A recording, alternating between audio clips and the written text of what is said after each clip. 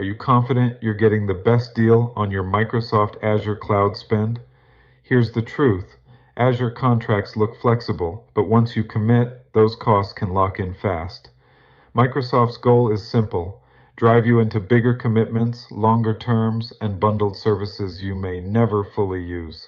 So let me ask you, do you know how much of your Azure spend is actually optimized?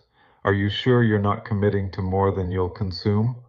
And do you have the right clauses in place to adjust if your usage changes? The key to Azure and cloud spend negotiation is leverage. Benchmark your pricing against the market. Push Microsoft to match or beat competitor cloud offers. And don't let them tie every service into one all or nothing deal. Flexibility is worth real money. Consumption commitments can be powerful, but only if they're sized correctly. Negotiate for ramp-up periods, true-down rights, and rollover protections so unused spend doesn't go to waste. And always secure price caps, because Microsoft will raise rates over time.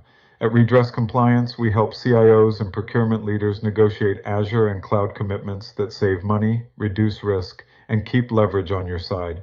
Contact Redress Compliance to take control of your Microsoft cloud spend before your next deal.